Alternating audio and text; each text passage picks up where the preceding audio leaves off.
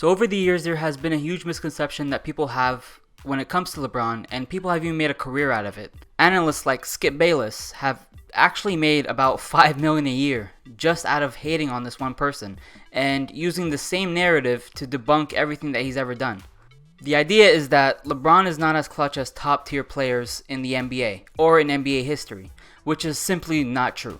Now, if we want to go through regular season, then of course you're going to see a lot of stats that will be minimalized in minutes or seconds to try to show that LeBron is not clutch in certain points of the game. And simply, I just don't care about regular season, which is why I'm not talking about regular season, and I'm really only bringing up playoffs. Some people might think that the only reason why I'm doing that is because I don't like showing LeBron's regular season clutch stats, which is not true, and to prove it, here's one of them. As you can see with this stat, it's basically showing you that LeBron is the second worst clutch player behind Jamal Crawford in the regular season. But if you look closely, it says the final 5 seconds of fourth quarter and overtime in the last 10 seasons. Now when you increase that to 24 seconds, suddenly LeBron jumps to 32%, and if you increase that to a minute and a half, it jumps up to 43%. So that just goes to show that you can condense the time for as long as you want or as short as you want. At the end of the day, it's really going to come down to the stats as a bulk and not just a single small portion of the fourth quarter. And even to debunk that whole regular season thing, I can show you this picture, and it clearly shows that just this season alone, or I should say the past season, LeBron was leading in all points, plus minus rating, field goals made, free throws attempted, and he was second in assists. That's just last season. This is also not to count that regular season players don't really get up for that. They don't really, give it their all because they know that the regular season is a marathon and not a race. The stakes are not at its highest, and players aren't really gonna be too caught up in the moment when it's the regular season, which is why I don't really like that. I don't like counting the plays that have no significance for the entire year, which is why I only count the playoffs. And with that being said, it's time to move on from the regular season.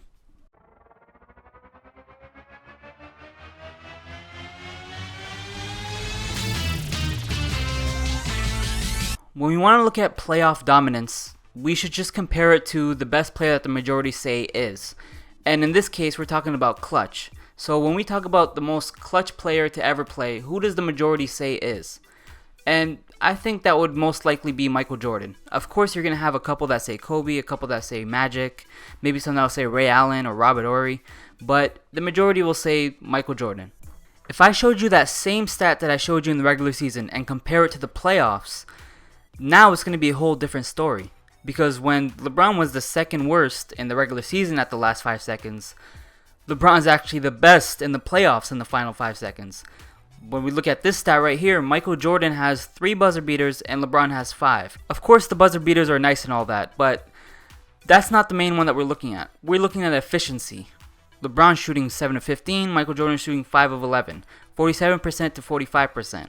Of course, LeBron's leading that. Clearly, we can see that by the stat that I have up right now. And not only does LeBron have more buzzer beaters than Michael Jordan, he has more buzzer beaters than Michael Jordan and Kobe Bryant combined. And these aren't your, oh, here, let me get the ball last second and then just dash it up and hope that it goes in. These were crucial moments and crucial times. Like, look at the 2009 Eastern Conference Finals, Game 2 versus Magic. Cavs on the brink of going down 0-2. LeBron pulls off a miracle shot with 1 second left to win the game, and instead of going down 0-2, they were tied 1-1 heading back to Orlando. Then we move on to 2013, the Eastern Conference Finals, Game 1 versus Pacers. And I know most people are going to say that this is a layup, but it was a game winner when it was Game 1 of a rival team, which was the Indiana Pacers. It would have been bad if they went down 0-1 to start off the series. So layup or not, it went in and they won the game. Then you go on to 2015 Eastern Conference Semifinals, Game 4 versus the Bulls. The game where I think probably the worst coach of all time told LeBron James, LeBron, to inbound the final shot, and basically he said to pass it to, I don't know who it was, maybe J.R. Smith or Kyrie, and yeah, LeBron's like, yeah, how about not? He scratched the play, and then he hit the buzzer beater over Jimmy Butler. Just remembering David Blatt, that was probably the worst coach ever. I'm not even exaggerating when I say that. He was such a horrible coach.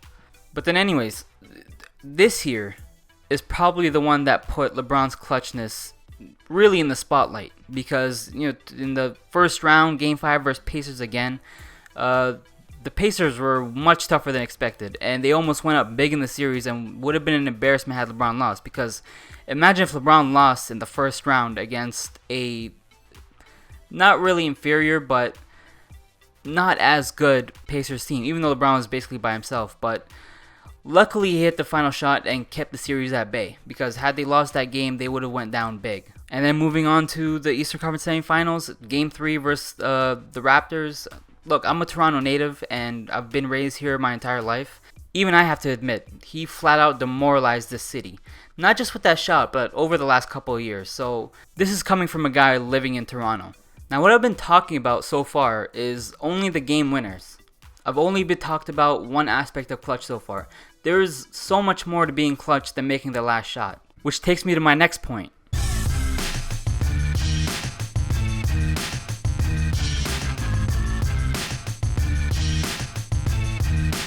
Elimination games to me is what's the most telling to any player on whether or not they're clutch. When your back's on the wall and you have one game, and if you lose this game, you're out for the rest of the season, for the rest of the year. If your star player comes out on top and gets you the win, that has to be the most clutch thing you can possibly do. When your star player puts the whole team on his back and single-handedly dominates the game and keeps the series going, or maybe even wins the series in a Game 7, nothing's more greater than that. With that being said, looking at LeBron, he has the most points per game when facing elimination. Not only that, he's a 13-9 record when he's in that situation. That's a winning record. Not only is that a winning record, that's the best winning record in NBA history. By a star player, by the way. When we look at the top 5 in points per game when it comes to elimination games, you have LeBron way ahead of everyone else with almost 3 points more than everybody else. And second, you got Michael Jordan, then you got Kyrie Irving, then you got Wilt Chamberlain. But looking at the records, the only one that comes close to LeBron's record is Wilt Chamberlain, and he's only one game ahead of 500. And if we want to zoom out and increase the numbers to the point where you see Kobe, Kobe's averaging 22.3 points, 5.8 rebounds, and 3.5 assists on a 9-10 win-loss ratio. But keep in mind that majority of those came when he had Shaq on his team. So he probably wasn't even the best player on the team when those games happened. It's funny how much elimination games used to matter until LeBron started dominating them. Now all of a sudden it doesn't really matter anymore. That kind of plays in the opposite with the finals record thing, when people didn't really used to care about the finals record. I mean, Jerry West was 1-8 in the finals, 1-8, and they still called him Mr. Clutch.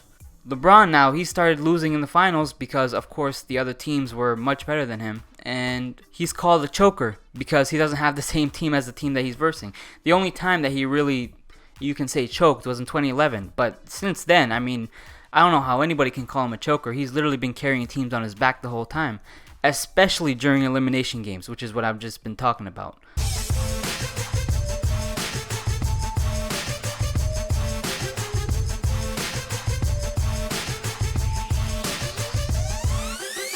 An argument that people use against LeBron is the finals, saying that he's not really clutch in the finals, which is really disingenuous, because if you've ever watched any of LeBron's finals, you can see that he's probably most clutch in those situations.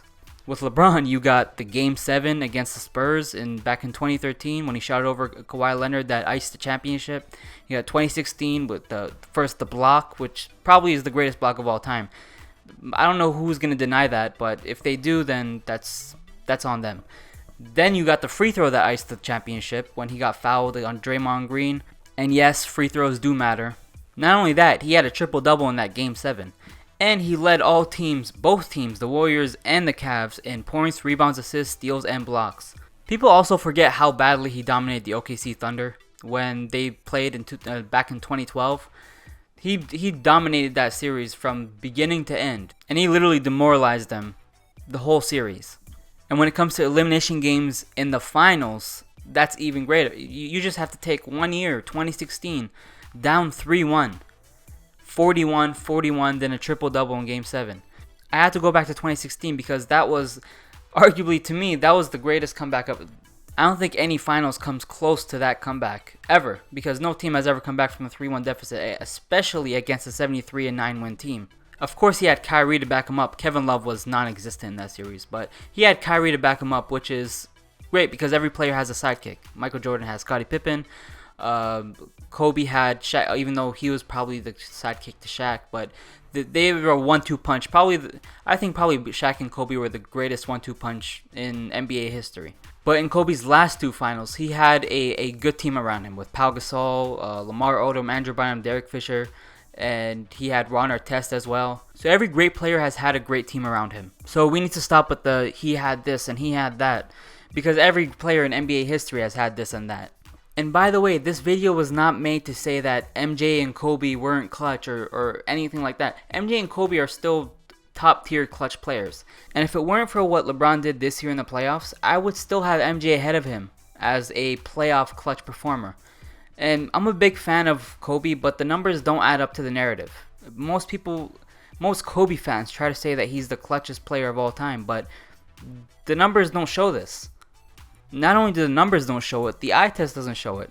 Of course, you can go on YouTube and Google highlights of clutch shots and everything, but it's not going to add up. Kobe was clutch, but look at his field goal percentage. He probably took every clutch shot there possibly was, and which is why he had so many field goal attempts and little makes. If you want to take out all the misses and only pull out the makes, then that's on you.